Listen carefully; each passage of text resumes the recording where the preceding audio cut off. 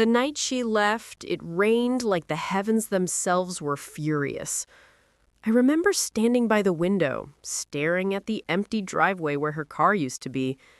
The faint echo of her laughter still hung in the air. Sweet, deceptive, haunting. Lena had been my wife for 3 years. 3 years of shared dreams, shared meals, shared passwords, shared lies. When I found out she'd taken every dollar from our savings account and ran off with her ex-boyfriend, I didn't scream. I didn't even cry. I just stood there, watching the rain, realizing that the woman I loved had played me like a piano she never planned to finish. People think heartbreak kills you. It doesn't. It reshapes you, coldly, quietly, into something sharper. For 2 weeks, I said nothing. I went to work, smiled at my colleagues, and told everyone she was visiting her parents. But at night, I opened her drawers, her emails, her social media. I found everything. Her fake accounts, her messages with him, the hotel bookings under fake names. She didn't even try to hide it well. She thought I was too soft, too kind, too trusting. Maybe I was. Until I remembered her grandfather, Mr. Cade. A quiet man, brilliant but secretive. He used to tell stories about his time during the Cold War, about codes, about safe houses, about money that never officially existed. When Lena and I were first dating, I used to visit him often. He liked me. He'd pour whiskey, talk about philosophy, and once told me something that felt like a joke back then. Every family has its secret, son. Ours is buried deeper than gold. At the time, I laughed.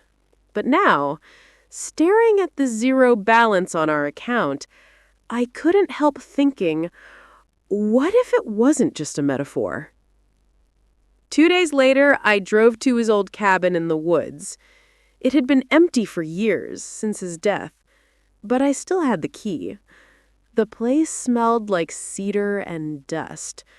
I walked through it slowly, the floorboards groaning like they recognized me. On the wall, his old map still hung. Europe, marked with pins and strings. In the study, his desk was exactly how I remembered. Organized chaos. Papers everywhere. The faint smell of tobacco. I started searching. Drawers, shelves, floorboards. Then I found his leather journal. Inside, page after page of nonsense. Dates, coordinates, numbers, cryptic notes. Until one line caught my eye. Legacy secured beneath the eyes of the lion. I froze because I remembered something. In the backyard, there was an old stone statue of a lion, his favorite. When I was there years ago, he once told me, the lion sees all, but tells nothing. My pulse quickened as I went outside. The rain had stopped, but the ground was still soft. I knelt before the statue and brushed the mud away. Underneath, I found a metal latch, small and rusted. I pulled it open. Inside was a metal box, old, heavy, sealed with wax. I carried it to the desk, pried it open with a knife, and gasped. Stacks of old bearer bonds. Real ones. Each worth thousands, maybe millions. Untraceable, timeless. Along with a small folded letter written in shaky handwriting. To whoever finds this, know that these are not stolen, they are forgotten. Use them wisely, or they will curse you.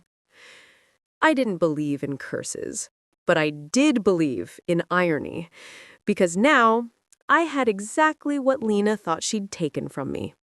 Money, power, control. I didn't rush to do anything. I waited. I watched her new life unfold online. She posted pictures with him, expensive dinners, hotel rooms, jewelry that I had unknowingly paid for. She looked happy, almost radiant. So I made sure it wouldn't last. I used part of the bonds to hire a private investigator, not the kind who advertises, but the kind who doesn't exist on paper. He found their location within days, a small villa in Portugal. The investigator said, "You want them brought back?" I said, "No. I want them to lose everything."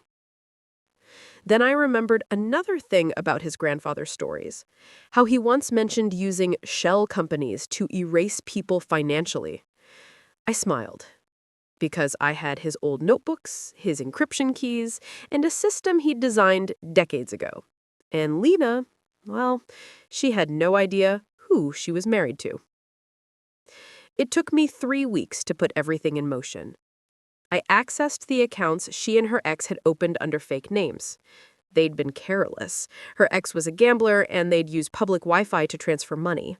I slipped in quietly, rerouted their funds through dummy accounts, and sent everything into a digital black hole. When I was done, their accounts showed one message: "The lion sees all." 2 days later, she called me, crying, desperate.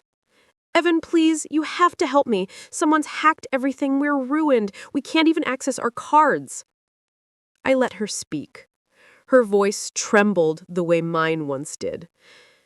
Then I said, calm and cold, "Funny, Lena, you always said I was too naive to protect our money. Seems like I finally learned." She went silent, then whispered, "What did you do?" I smiled, though she couldn't see it. "I just used your grandfather's secret." There was a pause, then a gasp. You found it?" I didn't answer. I just hung up, letting the silence say everything. But that wasn't the end, because a week later, I received a letter. No return address, no handwriting I recognized. Inside a single photograph, faded, old, black and white. It showed Lena's grandfather standing beside 2 men in military uniforms, their faces blurred by time and age. On the back, there was a single line written in blue ink: "You think you understand the secret, but you only opened one door." I stared at it for a long time. Something in those words sent a chill through me. I'd assumed the bonds were the secret, some hidden fortune from his mysterious past. But if this message was real, then maybe there was more. Something deeper. Something I'd just awakened. For days, I couldn't shake the feeling that I was being watched. It started small, subtle sounds outside the house at night, the faint hum of an engine that never passed. Then one morning, I found a fresh set of footprints near the cabin, leading to the back door.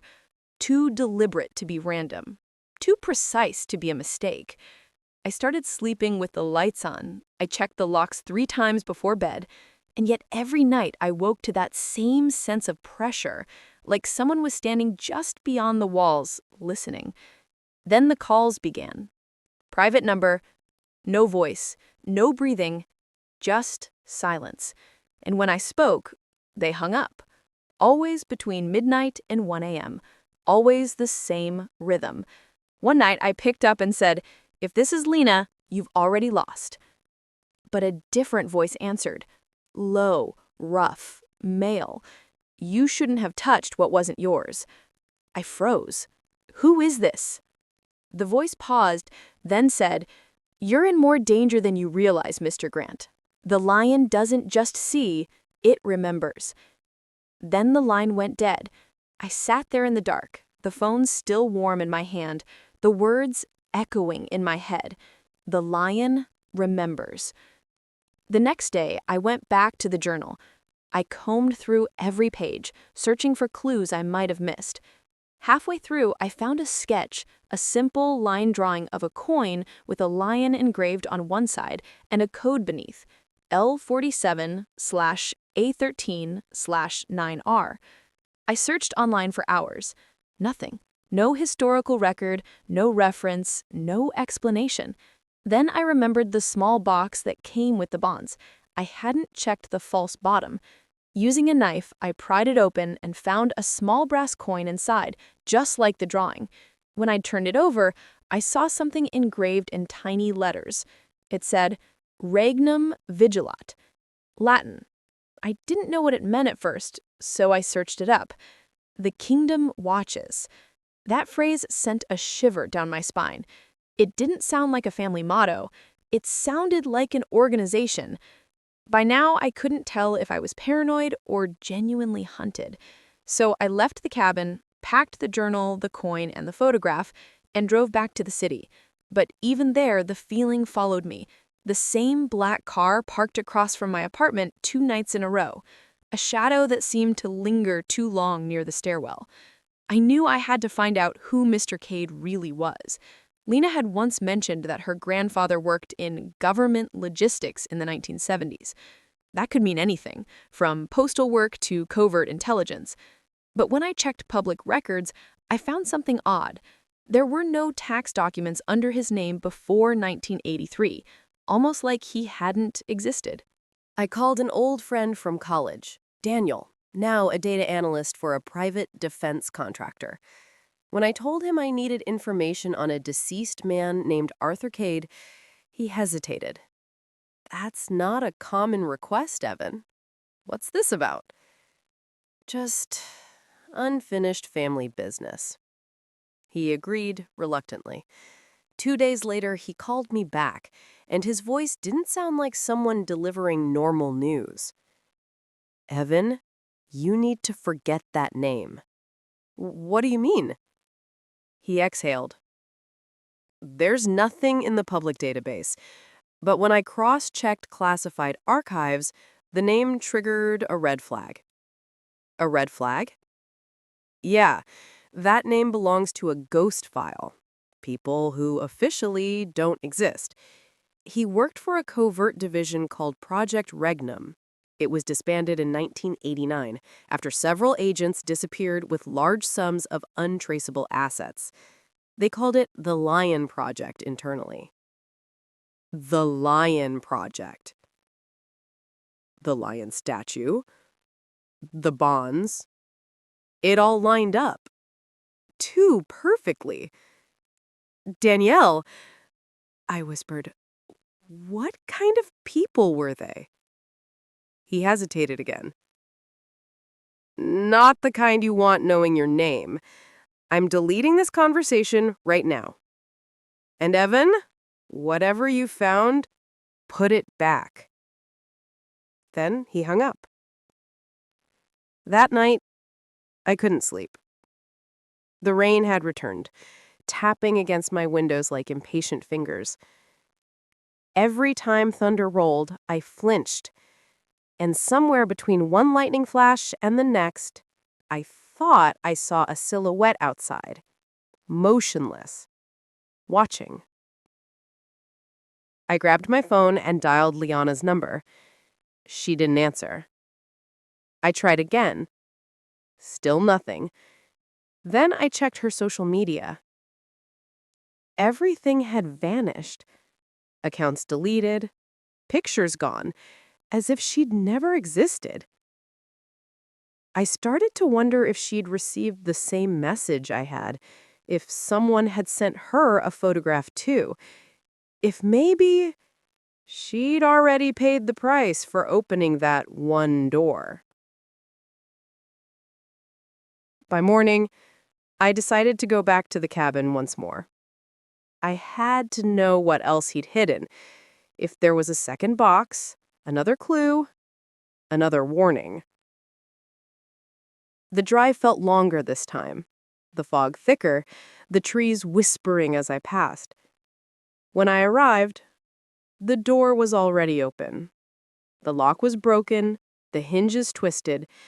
Inside, the place was trashed. Drawers ripped open, papers scattered, shelves overturned. Someone had been here, someone looking for the same thing I'd found. And then on the desk, I saw it. A new envelope. White. Clean. Addressed to me. No stamp. No handwriting. Just typed letters. Return what you took, or the lion devours. My hands trembled as I opened it. Inside was a single item. Lena's wedding ring. Still smeared with dirt. I stumbled back, my mind spinning. If they had her, if they knew about me, then this wasn't revenge anymore. This was survival. I reached for the journal again, flipping through the last few pages I hadn't read before. And there it was. Another note, scribbled in the corner. If you ever find this, remember, the lion isn't guarding treasure, it's guarding the truth. But what truth? What could possibly be worth all this? The money, the fear, the ghosts? I didn't know yet, but I was going to find out, even if it meant walking straight into the lion's den. Because now it wasn't just about her, it was about him, about them, and about a secret that had lived too long in the shadows, waiting for someone foolish enough to open the wrong door. I could still feel the weight of the ring in my palm, cold, heavy, real. The same ring I'd slipped onto Lena's finger under the soft lights of a church, believing in promises that were nothing but rehearsed lies. Now that same ring sat in my hand as a message, a warning that she was in their hands, or worse, that I was next. I looked around the cabin one more time, trying to steady my breathing. Every creak sounded like a whisper. Every shadow looked like it was breathing. The air felt too still, too heavy. I left the ring on the desk and went outside. The forest was quiet, too quiet. Even the birds weren't singing. I took a deep breath and looked at the lion statue again, rain dripping from its stone eyes like tears. "You're not guarding treasure," I muttered. "You're guarding the truth." Then it hit me. What if the truth wasn't about the money at all?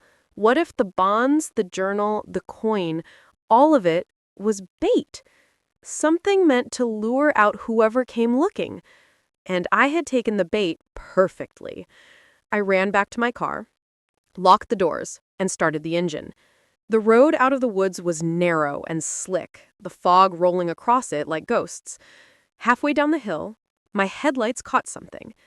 A black SUV parked sideways, blocking the path.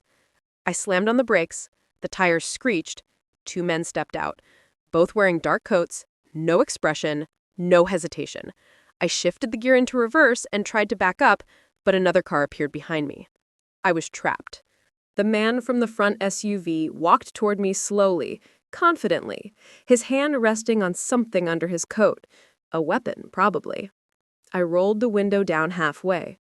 "Evan Grant," he said. His voice was the same one I'd heard on the phone. Calm, deep, detached. "Step out of the car." "What do you want?" I asked. He tilted his head slightly, as if amused. "You already know." "You're with Project Regnum," I said. A faint smile crossed his face. "Names don't matter anymore. What matters is what you took." "The bonds?" He shook his head. "The ledger." Ledger. The word hit me like a cold wave. I remembered seeing something that looked like a thin notebook under the papers in the box, but I hadn't paid much attention. It looked blank. Apparently it wasn't. Before I could answer, he took a step closer. "We don't care about the money. We care about the names written in that ledger, people who were never meant to be found." I swallowed hard. "And if I say I don't have it?" He looked past me to the forest behind the cabin, then back. "Then you'll end up like your wife." My chest tightened.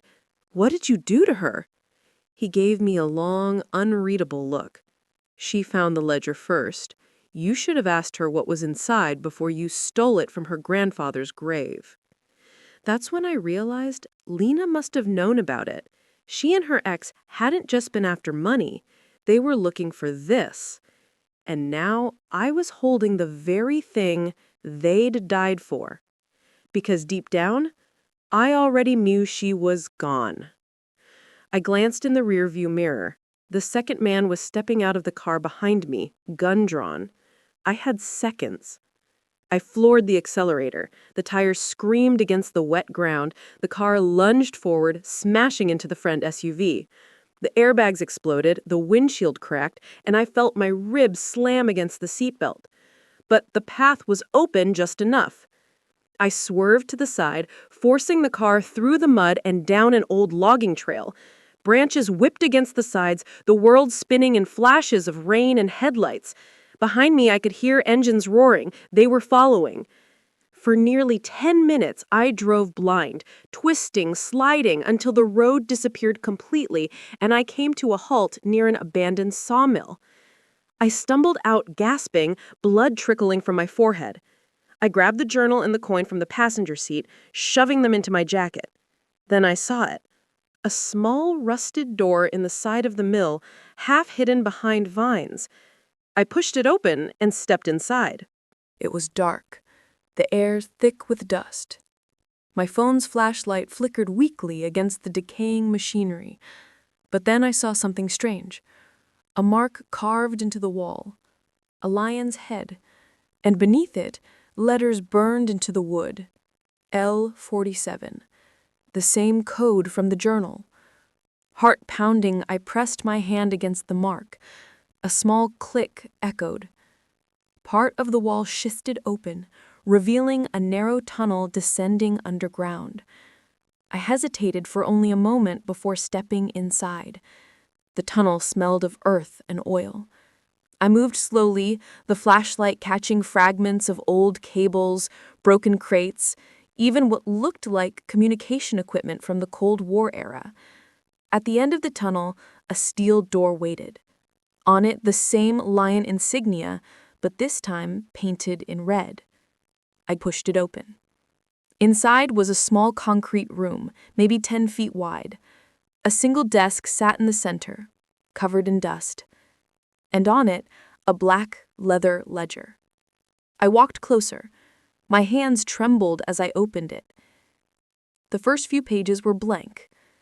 Then came lists.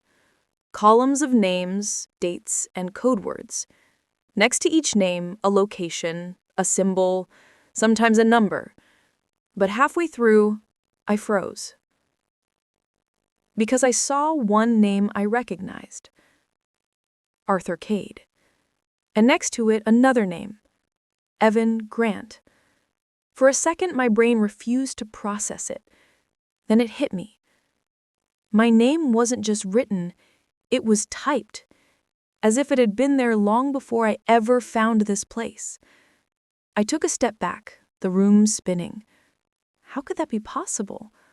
I flipped the page, desperate for context, but all I found was a single note written in familiar handwriting, Arthur's handwriting.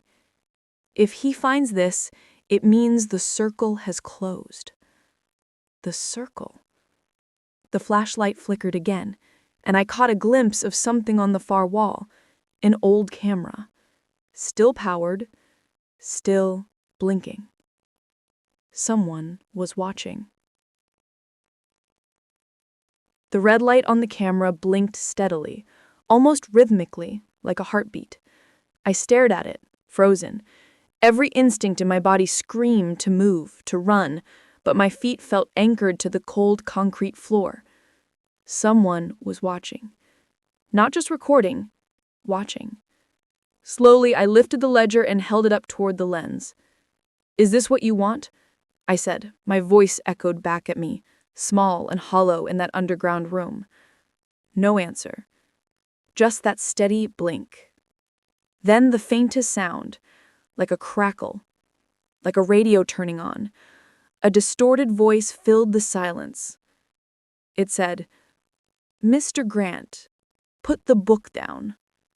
I swallowed hard. "Who are you?" "That doesn't matter. You were never meant to see this." The voice was familiar.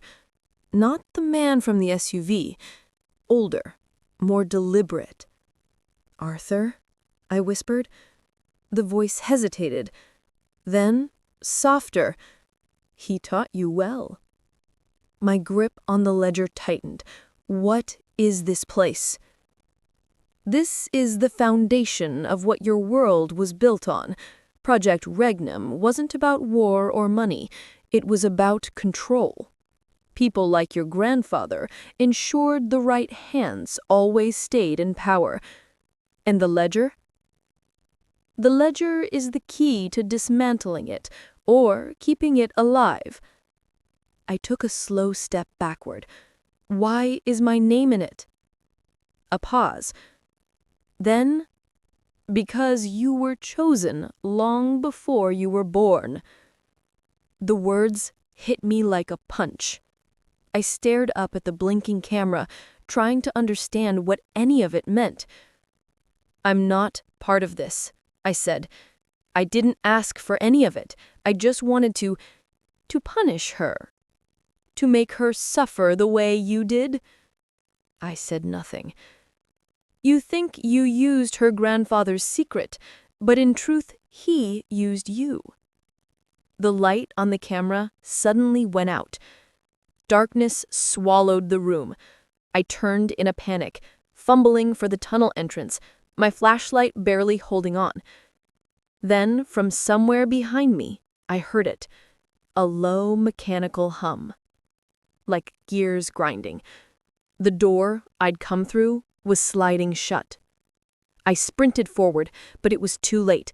The steel slammed closed, sealing me in. The sound echoed through the tunnel like a death knell. I pounded on it, shouting, but the metal absorbed my voice like a void. Then, from the speaker above, the voice returned.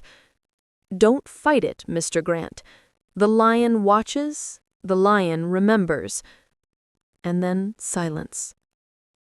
I leaned against the door, chest heaving, the cold biting through my jacket. It was impossible. Arthur had been dead for years, and yet his voice, or something pretending to be it, had just spoken to me from the shadows.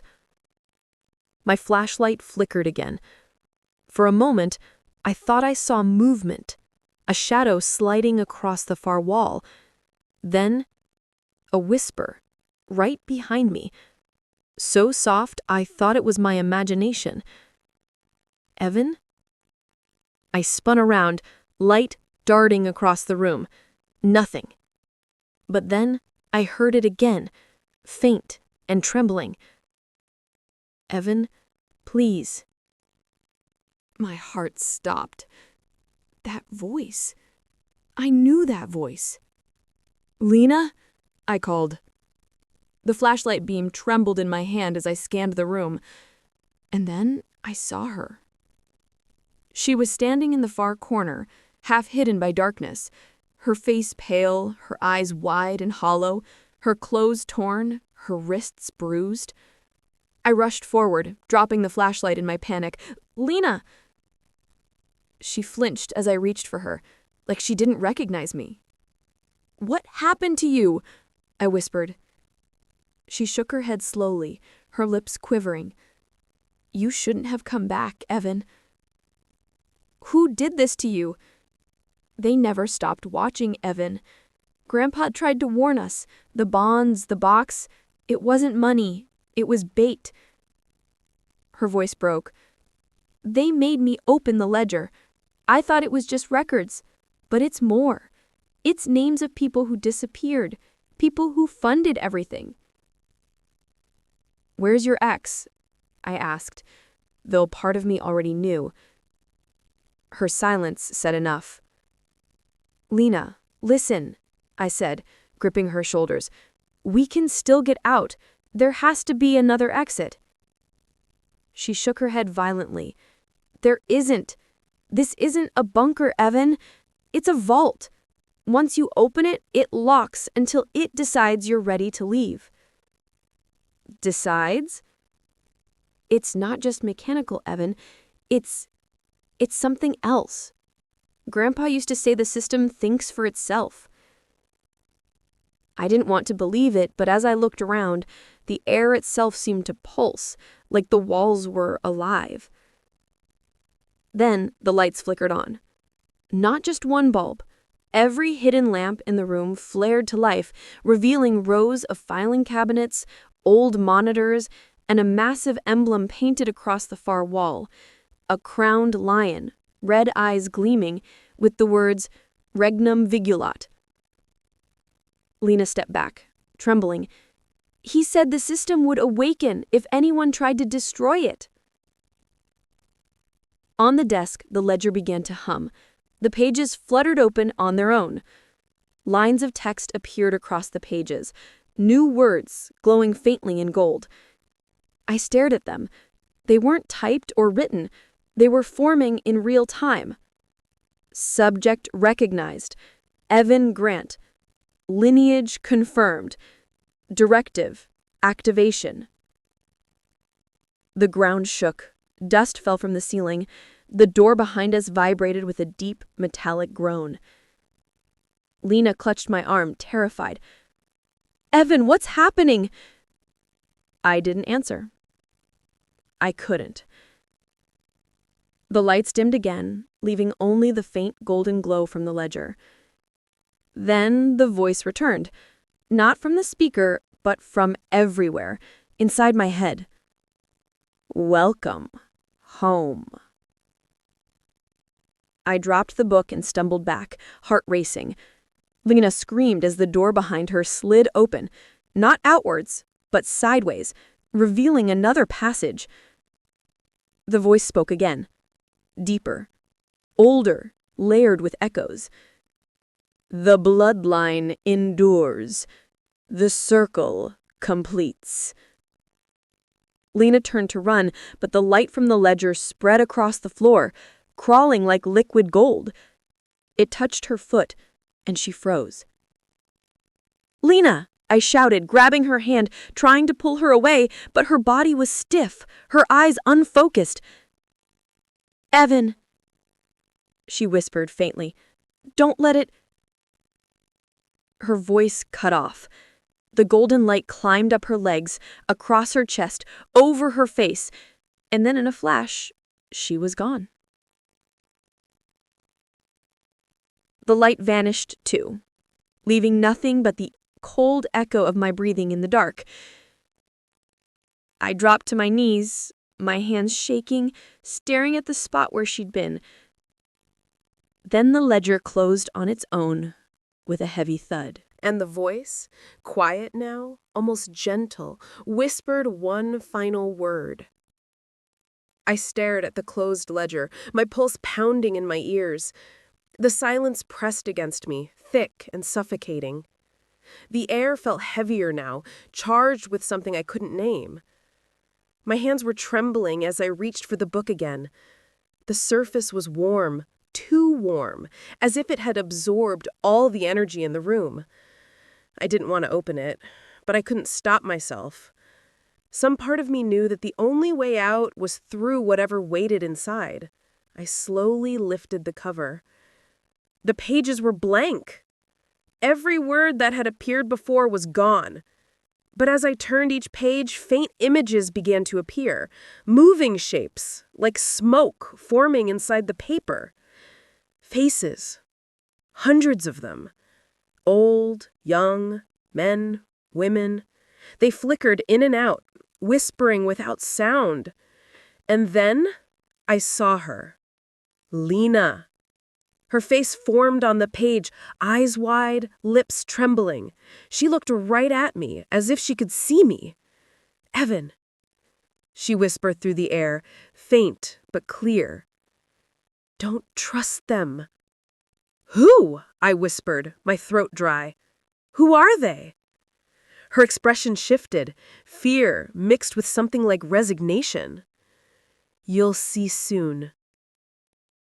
Then her image faded, replaced by something else, a symbol I hadn't seen before, a crown with 3 vertical lines beneath it, etched in black ink that pulsed like a heartbeat. Before I could react, the entire room went dark again.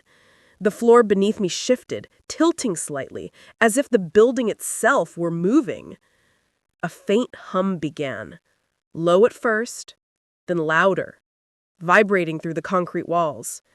I stumbled back, clutching the ledger to my chest. Then, with a groan of metal, a hidden panel on the far wall slid open. Behind it was a long corridor, dimly lit by flickering bulbs.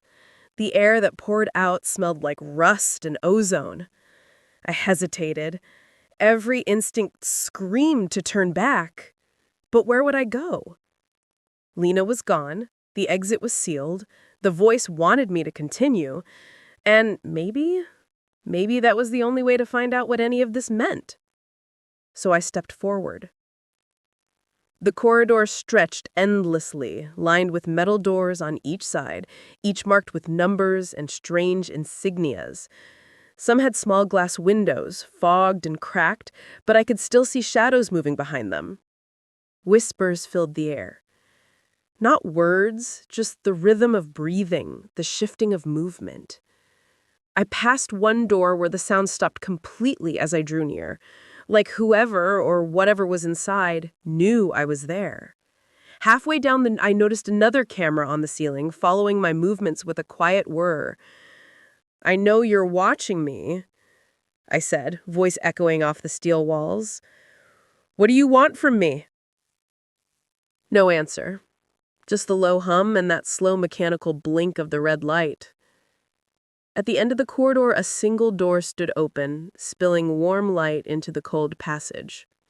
I stepped through it carefully, ready for anything. It was the control room, an old one, filled with outdated monitors, cables, and radio transmitters. Everything was dusty, but still somehow powered. On one of the screens, I saw myself, standing exactly where I was. On another, an image of Lena's face flashed for a second, then disappeared. I approached the console. The controls were labeled in a language I didn't recognize. Part Cyrillic, part Latin, part something else. But one lever stood out, marked simply Reset. I stared at it. Could it open the vault, shut everything down, or trigger something worse? Before I could decide, the speaker crackled again. "Don't touch that." The voice made my skin crawl. It was the same calm, calculated tone from before, but clearer now, closer. "Show yourself," I said, scanning the shadows. A door at the side of the room slid open, and a man stepped out. He was older, gray-haired, tall, dressed in a dark suit that looked military but wasn't. His eyes were sharp, and when he spoke, his voice carried an authority that made me instinctively want to listen. "Arthur Cade," I breathed. He smiled faintly. "You remember me?" "That's impossible," I said. "You're dead." He chuckled softly. "Not dead, just relocated." I took a step back. "What is this place? What did you do to Lena?" He sighed, as if disappointed. "Lena never understood the purpose. She thought she could sell what she found, that it was just money. But Regnum isn't about wealth, it's about preservation, continuity. Someone has to guard the balance." "The balance?" I repeated. "You mean control?" His eyes flicked toward the ledger in my hand. "That book holds the names of everyone who's ever served this purpose. Some loyal, some treacherous. It's been passed through generations, and it always finds its rightful heir." "Why is my name in it?" "Because you were always meant to finish what I started. You think your life was coincidence, your marriage, even your suffering. Every step was part of the design." I shook my head. "You're insane." He smiled again, not cruelly, sadly. "You'll understand soon. The system chose you because it recognized the pattern, the betrayal, the loss. Those are the catalysts. You're the next lion, Evan. I'm not part of this. I'm not your successor. I didn't ask for any of this." He studied me for a moment, then nodded slowly. "Neither did I, but the choice was never ours." He reached into his coat and pulled out a small metallic device, a coin identical to the one I'd found, but glowing faintly blue. He placed it on the console. "When you touch this," he said, "you'll see everything. The truth behind the project, behind the ledger, behind why your name was written before you were born." "I don't want it." He tilted his head slightly. "You will. Curiosity is stronger than fear. It always is." Then, without another word, he pressed something on the console. The lights flickered. The monitors began to display images, cities, faces, dates, everything flashing too fast to comprehend. Among them, I saw Lena again, reaching out, her mouth open in a silent scream. Arthur turned back to me. "The world isn't what it seems, Evan.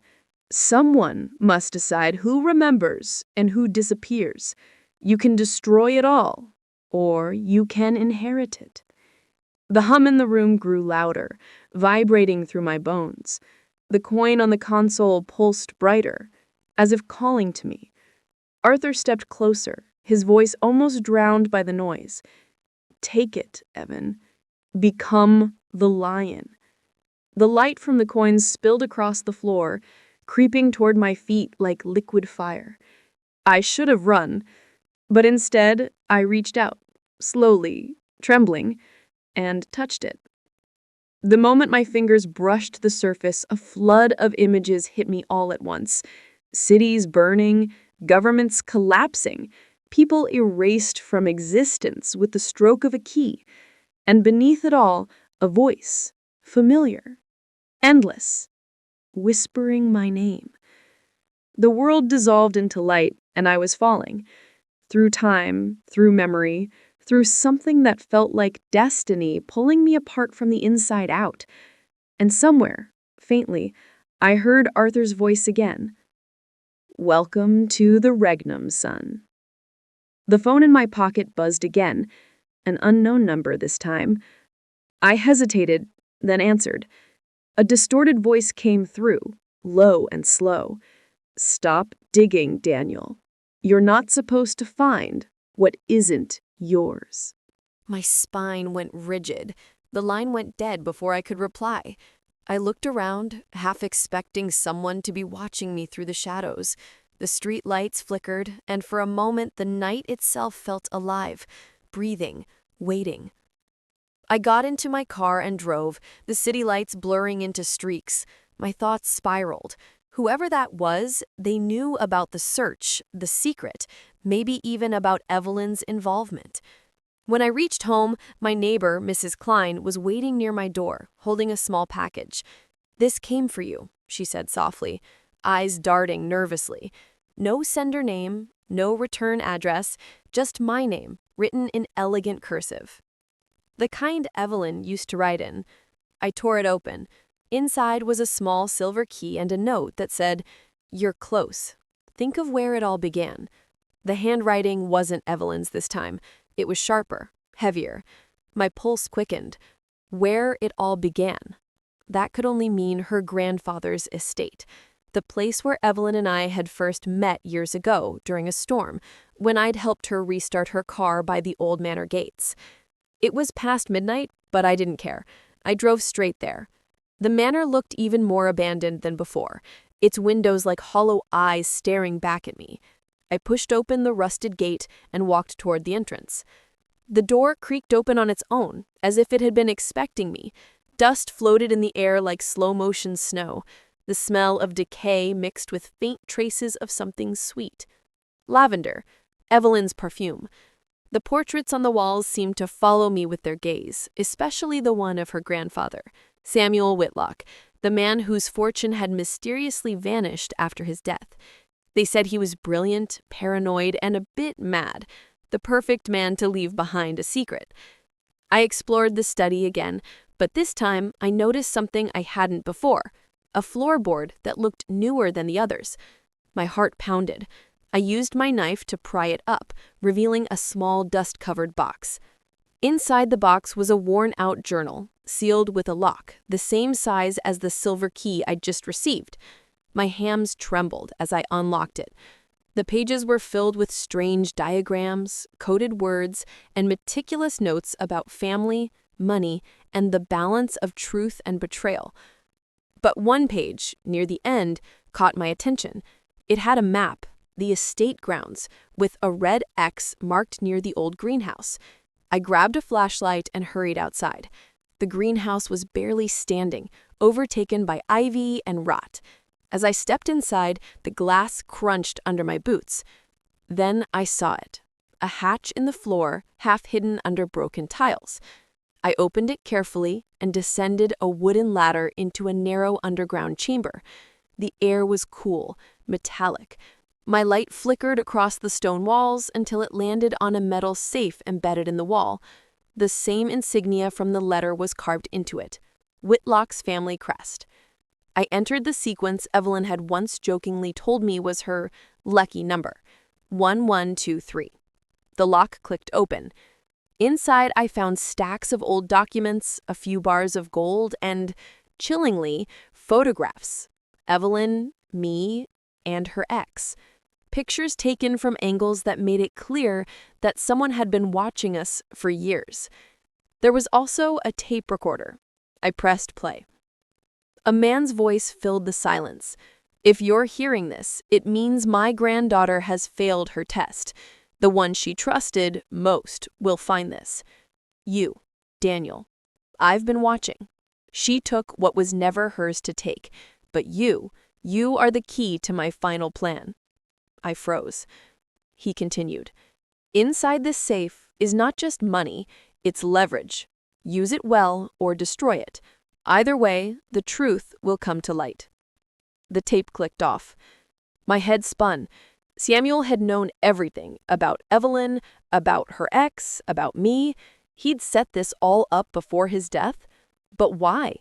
I barely had time to think before I heard a creak from above. Footsteps. Someone was in the greenhouse. I turned off my flashlight and waited in silence. The footsteps grew closer, then paused right above the hatch. A beam of light swept across the chamber. "Daniel." Evelyn's voice echoed softly, trembling. "Please, don't do anything stupid." Her tone was different now. Desperate, frightened. I stepped into the light. "You knew about this, didn't you?" I said, my voice shaking with anger and disbelief. She swallowed hard, eyes glistening. "Not at first. He told me I'd get my inheritance if I proved I was smarter than you. But he didn't tell me it would destroy us." "Destroy us?" I snapped. "You stole everything I had." Her lips quivered. "I thought I could fix it. But after I took the money, they came for me too." "They?" I repeated. "The people my grandfather owed," she whispered. "They're watching you, Daniel. They think you have the key to the rest of his fortune." As if on cue, a faint rumble of an approaching car broke the silence outside. Headlights swept through the cracks in the greenhouse. Evelyn's eyes widened in terror. "They found us," she hissed. Before I could ask anything, she grabbed my arm. "Please, whatever you found down there, don't let them have it." The door burst open. Shadows flooded in. 3 men, all wearing masks. Evelyn pushed me back toward the hatch. "Go! Take the journal!" I hesitated, but her scream jolted me into motion. I climbed down, clutching the book and flashlight. Gunshots rang above me. The sound echoed through the chamber like thunder. Then, silence. I waited, breath shallow, heart hammering. After what felt like an eternity, I climbed back up. The greenhouse was in shambles. Evelyn was gone. Only a single note was left on the ground, stained with dirt and blood. "Finish what he started." I picked it up, my mind burning with questions, my soul torn between love and vengeance. Whatever Samuel Whitlock's final plan was, it wasn't over. And neither was Evelyn's story. The night bled into dawn as I drove aimlessly down the empty road, the journal clutched beside me like a curse I couldn't shake. Every mile between me and that greenhouse only deepened the questions clawing at my mind. Evelyn was gone again, but this time it didn't feel like betrayal. It felt like sacrifice, the kind she would make if she truly believed she was protecting me. But from whom? The answer, I suspected, was buried in the pages of Samuel Whitlock's journal. I pulled over near an abandoned diner off the highway, the rising sun painting the cracked asphalt in hues of gold and ash. I sat in the car and flipped through the remaining pages, each one filled with a madness that felt both brilliant and dangerous. Wealth is not the legacy, control is. Those who hold the secret hold the world in silence. Another passage mentions something called the Ledger of Names, written in thick black ink. If they find it, they control everything. If Daniel finds it, he restores balance. He wrote my name. I froze. My pulse quickened as I read on. The entries became erratic. Diagrams of faces, notes on offshore accounts, and finally an entry dated just 2 weeks before Samuel's death. Evelyn cannot resist temptation, but Daniel, he will understand. He must. The journal ended abruptly. No signature, just a smudge of ink, like a final heartbeat cut short. I exhaled slowly, my chest tight. Samuel had planned this entire game, not just as revenge or inheritance, but as some kind of moral test. And somehow, I had become his chosen player. A sudden knock on my window made me jolt.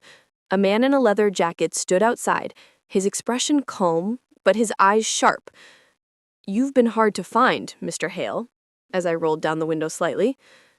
"Who are you?" I asked, cautiously. He smiled thinly. "Let's just say I work for people who were close to Samuel Whitlock. You have something that belongs to them." I tightened my grip on the journal. "I don't know what you're talking about." The man leaned closer, his breath fogging the glass. "You do, and I'd suggest handing it over before this becomes unpleasant."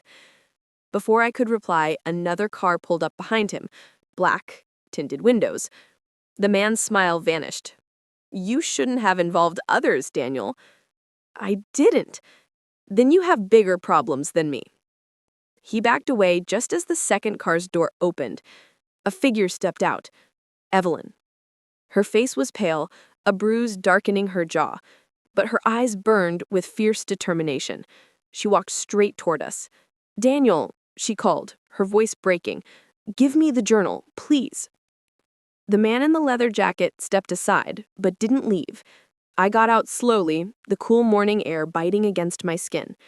"You were supposed to run," I said, my voice low. "I tried, but they caught me. I told them they didn't have the journal, that you took it. They let me live so I could bring them to you." My stomach dropped. "So they're here now." She nodded faintly. "Every second we stand here, they're closing in." The man laughed softly. "You can't run forever. Hand it over, and maybe they'll let you both live." Evelyn glanced at me, her lips trembling. "Daniel, listen to me. The journal isn't what you think. The ledger, it's real. It's not money or gold. It's information. Blackmail on people so powerful they'd burn the world to keep it hidden." "And Samuel had it?" She nodded. "He collected it for years. Politicians, corporations, even criminals. He wanted leverage, power to keep his family safe. But after he died, everyone started looking for it. They think it's in the journal, but it's not. Then where is it?" Her gaze flicked toward the horizon. "Hidden. Somewhere only I can find. But we have to go, now." Before I could answer, a gunshot cracked through the still air. The man in the leather jacket fell, a dark bloom spreading across his chest. Evelyn screamed and ducked behind the car as another shot shattered the windshield.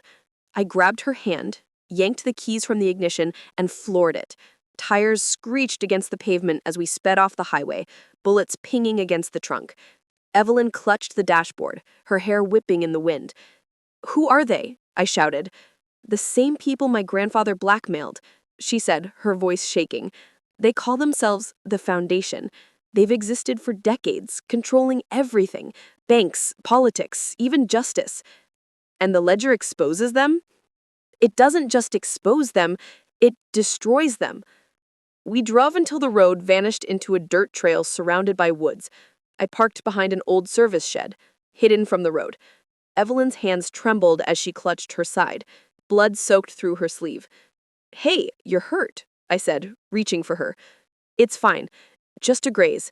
But Daniel, they won't stop. You need to destroy that journal." I shook my head. "No, I need to understand what your grandfather wanted me to do with it." She looked at me, tears welling. "He wanted you to do what he couldn't. End them." I opened the journal again, flipping through its pages until I noticed a faint impression. A code pressed into the paper beneath the ink, barely visible under light. Evelyn leaned closer. "It's coordinates," she whispered. "A hidden location." We sat in silence as the forest around us came alive with the sounds of morning. Birds calling, wind rustling through leaves. It almost felt peaceful, if not for the blood, the fear, and the ticking weight of a secret worth killing for. Finally, I spoke. "If I find what's at those coordinates, will it end this?" Evelyn looked away. "It might end everything." I closed the journal and met her eyes. "Then we go together." Her lips parted, as if to argue, but she nodded. "We'll need supplies, a car that's untraceable, and cash. Once we move, there's no turning back." I glanced toward the road. In the distance, faint trails of dust rose. Cars approaching. "They've already found us," I muttered. Evelyn tightened her grip on my arm. "Then we don't stop this time." I slammed the car into gear as she whispered something under her breath, a prayer or maybe a goodbye. The sound of engines roared behind us, but I didn't look back. The journal sat open on her lap, the coordinates glowing faintly in the sunlight. Whatever awaited us there, truth, power, or death, I knew one thing for certain. Samuel Whitlock's secret wasn't buried. It was waking up. The road stretched ahead like a dark ribbon, winding through the mist-soaked trees. The coordinates burned in my mind.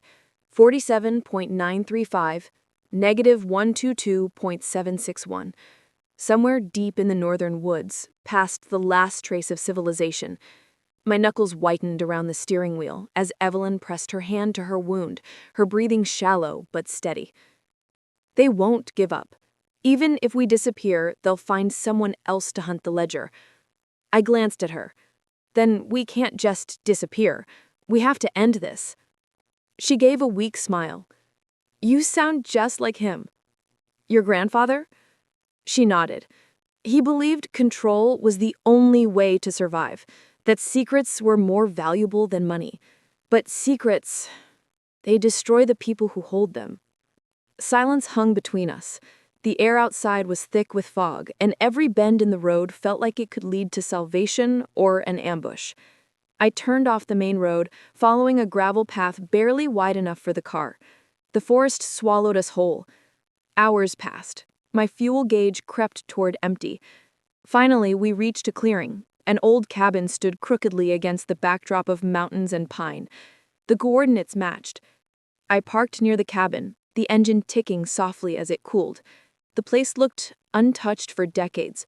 Boarded windows, moss creeping up the walls, and the faint smell of oil and rust in the air. I pushed the door open and dust billowed out like ghosts escaping. Inside, the air was stale. Faded maps covered one wall, red strings connecting photographs I didn't recognize. Politicians, businessmen, military officers. Dozens of faces, all labeled with cryptic notes. This is it," Evelyn whispered, stepping closer. The ledger wasn't just a book, it was everything he knew, everything they feared.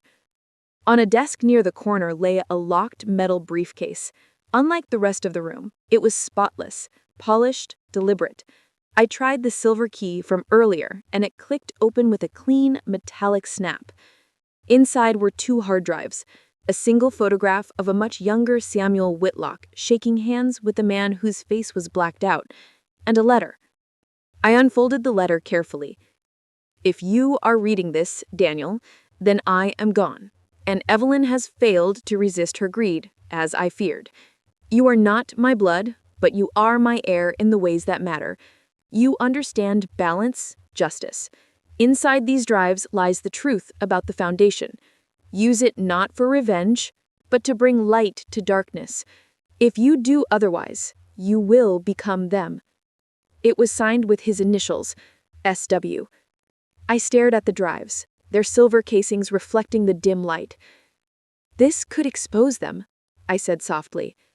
Evelyn's voice was fragile. Or destroy us both. Before I could respond, the faint crunch of gravel outside made every muscle in my body tense. Headlights flashed through the cracks in the wall. "They've found us," she breathed. I grabbed the drives and stuffed them into my bag. Evelyn moved to the back door, peeking through a gap in the wood. 3 cars, she whispered. Maybe more. Can we get out through the woods? I asked. She nodded, then flinched as a loudspeaker crackled outside. Daniel Hale, Evelyn Whitlock, step outside with the ledger. You don't want to die for something that doesn't belong to you. Evelyn's hand found mine trembling. They'll kill us even if we give it to them. I know. I looked around the cabin. There had to be another way out. Then I noticed a narrow trap door half hidden beneath a rug. I yanked it open, revealing a tunnel descending into darkness. Go, I said. She hesitated, then crawled down, and I followed, pulling the hatch shut above us, just as boots thundered across the cabin floor. The tunnel was cold and narrow, carved into the earth itself. Our breaths echoed softly as we moved forward, guided only by the glow of my phone's flashlight. Where does this lead? I asked. To the stream behind the hill, she whispered. My grandfather always had escape routes. As we crawled, the ground trembled. An explosion above us sent dust raining down. Evelyn gasped, covering her head. The tunnel shuddered, but held. When we finally emerged by the stream, the first hints of dawn lit the sky in hues of pale orange. We stumbled out, soaked in sweat and dust. Behind us, black smoke rose from where the cabin once stood. Evelyn leaned against a tree, tears streaking through the grime on her face. They'll think we're dead, she said quietly. Good. Let's keep it that way. For now. I knelt by the stream, washed the dirt from my hands, and looked at the reflection of the drives in the water.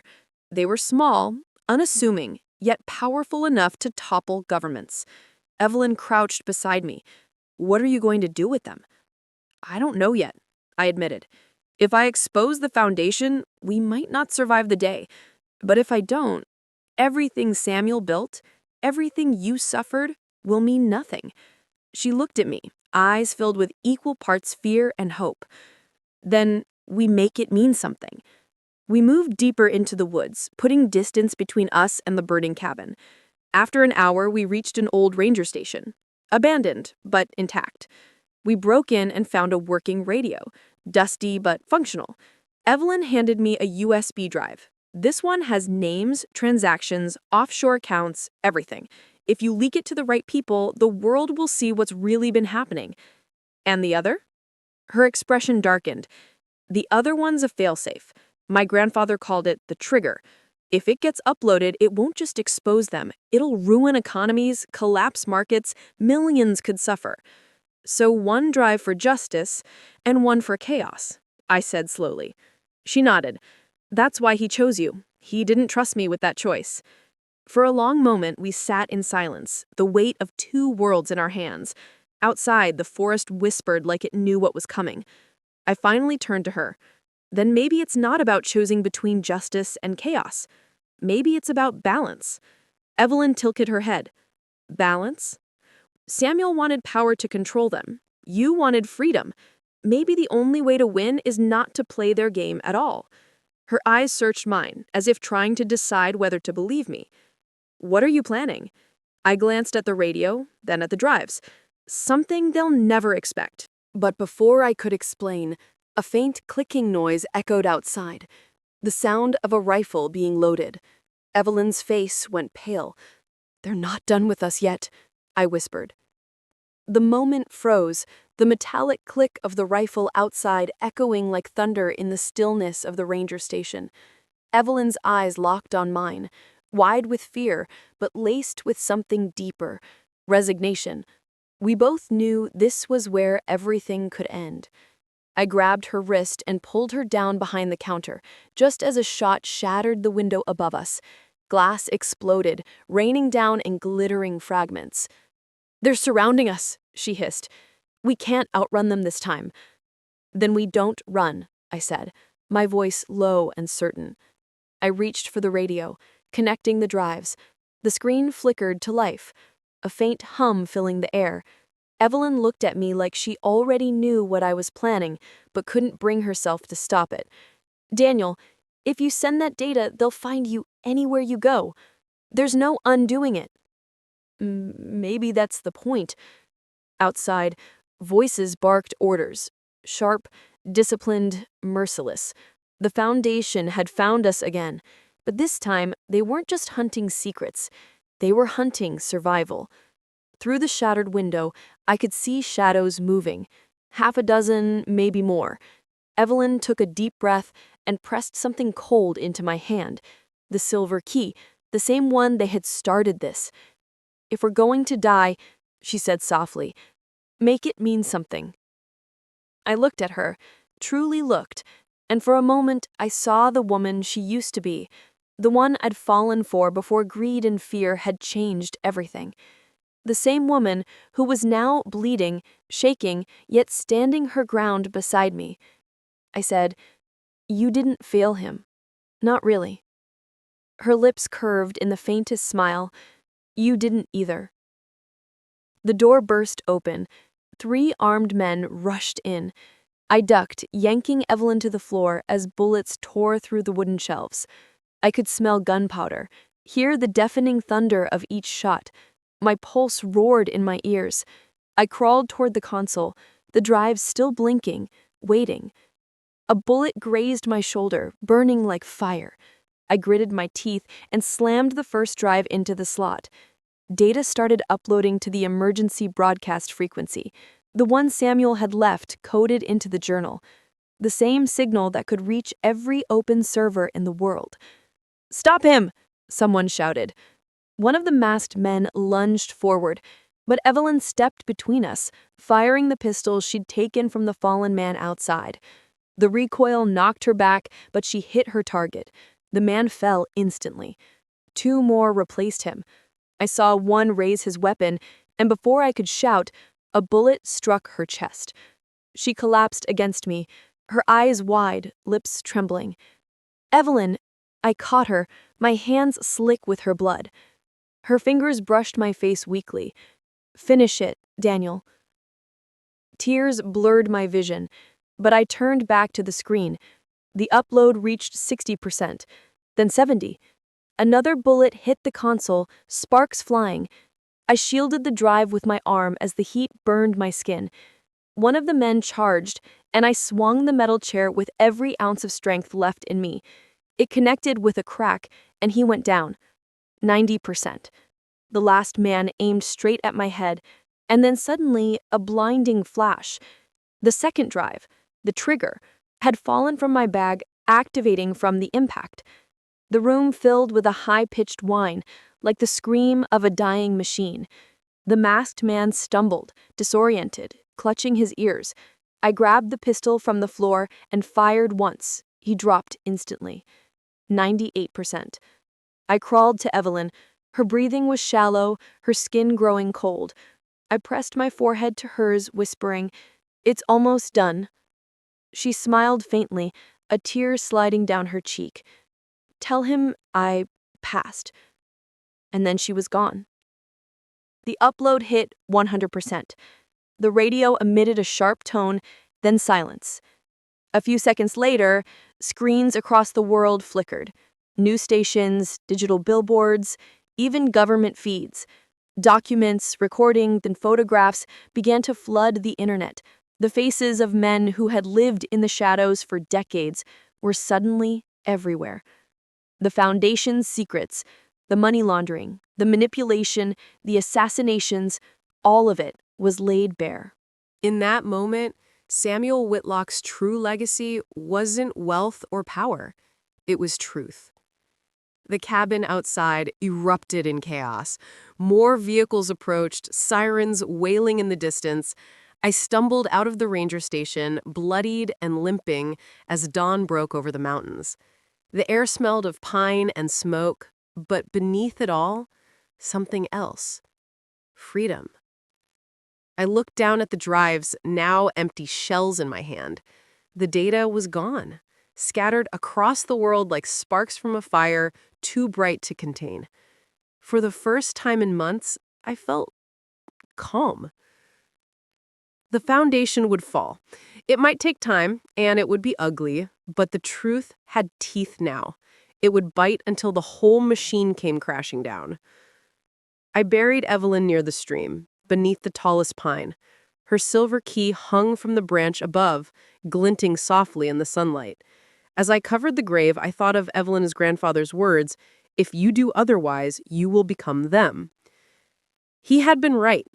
Power corrupts, but truth cleanses by fire. Days passed. I moved from town to town, always watching, always waiting.